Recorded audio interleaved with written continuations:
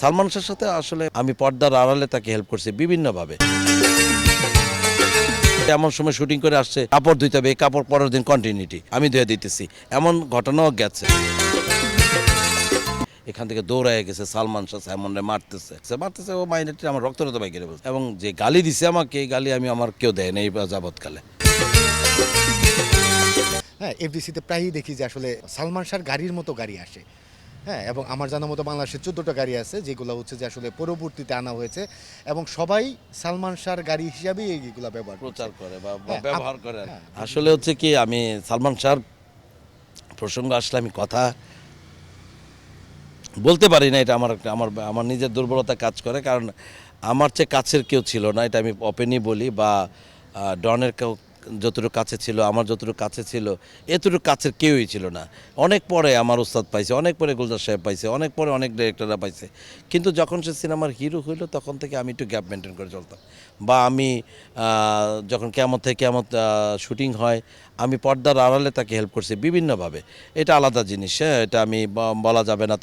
সে আমার বন্ধু হিসেবে যতটুকু করা দরকার, হ্যাঁ, সে এমন সময় শুটিং করে আসছে, আইসা পারতেছে না, কাপড় ধুইতে হবে, এই কাপড় পরের দিন কন্টিনিউটি, এখন এই কাপড় আবার ওয়াশ করে সেম ধুলাবালি লাগাতে হবে, তারপর আবার শুটিং করতে হবে। হ্যাঁ দোস্ত, কী করবো আমি, তুই চিন্তা করিস না, তুই থাক, আমি ধুয়ে দিতেছি, এমন ঘটনাও গেছে, এমন অনেক কিছুই আছে। সালমান শাহর সাথে আসলে মানে অনেক স্মৃতি, অনেক কথা, অনেক ব্যবহার, অনেক কিছু আছে যেটা প্রকাশ করলে আমার চোখ দিয়ে পানি চলে আসে আলটিমেটলি। হ্যাঁ, এক সময় দেখা গেছে যে আমাকে এখানে এই 8 নম্বর ফ্লোরের উপরে যে কোনো কারণবশত মানে সালমান শাহ খুব মারতেছিল, তখন এই ফ্লোরে একটা ছবি শুটিং চলতেছে, স্বপ্নের কি জানি না, নাসির ভাই ডিরেক্টর ছিল, ওই ছবি শুটিং চলতেছিল। তা আমি হঠাৎ করে, আমার চায়না থেকে একটা ফ্রেন্ড আসছিল, হ্যাঁ, চায়না থেকে একটা ফ্রেন্ড আসছিল, ও বললো যে আমি আসছি সালমান শাহর সাথে দেখা করতে।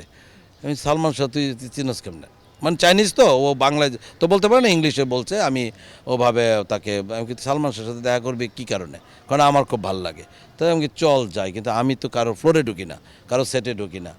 তারপর আমি ওকে এই 8 নম্বর ফ্লোরের উপরে রাইখা তারপর আমি ভিতরে গেছি, ভিতরে যাইয়া তাকে বলছিলাম যে হিরো, আপনার সাথে একটা ভক্ত আসছে বাইরে, দেশের বাইরে, আপনি যদি সময় হয় তার সাথে একটু দেখা করেন।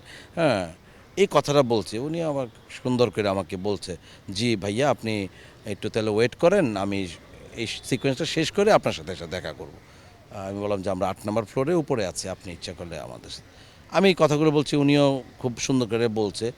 আসার পরে তো যে সিচুয়েশনটা দাঁড়াইছে, আমার বুকে পশম আছে, ওর বুকে পশম সংখ্যা কম ছিল, ও সুযোগ পেলে আমার বুকে পশমে খাবলা মারতো, মানে আমাদের এলাকার ভাষায় বললাম খাবলা মার, মানে চাপকেটা ধরা।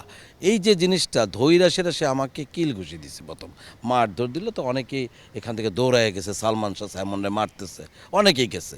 তা কী কারণে মারতেছে সেটা জানে না, কেউ মারতেছে ও মাইনেটি আমার রক্তরত বাইকে বলছে, এবং যে গালি দিছে আমাকে, এই গালি আমি আমার কেউ দেয় না এই যাবৎকালে, অধিকার থেকে গালি দেওয়া। তো এক পর্যায়ে দেখা গেলো যে সবাই সর্বক্ষণ পরেক্ষণে ওই বাইরের ফ্রেন্ডটা বলতেছে, কি তোর না বন্ধু, তোর বন্ধু এত মারলো টারলো, এমনকি তুই তো ভাষা বুঝোস না, সমস্যা হচ্ছে এইটা, ভাষা বুঝলে বুঝতে, সে আমার ফ্রেন্ড, আমি তাকে আপনি করে কথা বলাতে তার ইগোতে লাগছে, কেন সে হিরো, সে হইতেই পারে, মানে সুপারস্টার, আপনি করে বলতেই পারো, এমনকি না, ওর ইগোতে লাগছে, তার বন্ধু কেন তাকে আপনি করে কথা বলবে, এই ইগোতে এসে সে আমাকে মারধর করছে, এটা তুই আদারওয়াইজ নিস না। হ্যাঁ, তাইলে ঠিক আছে। তারপর তার সাথে কথাটা বললো, বলে টেলে ছবি টবি উঠে সে তো চলে গেছে। পরে তার সামনেই আমার কাছে সরি হাত জোর করে ক্ষমাও চাইছে, দোস্ত মাফ করে দিস, এমন ঘটনাও আছে।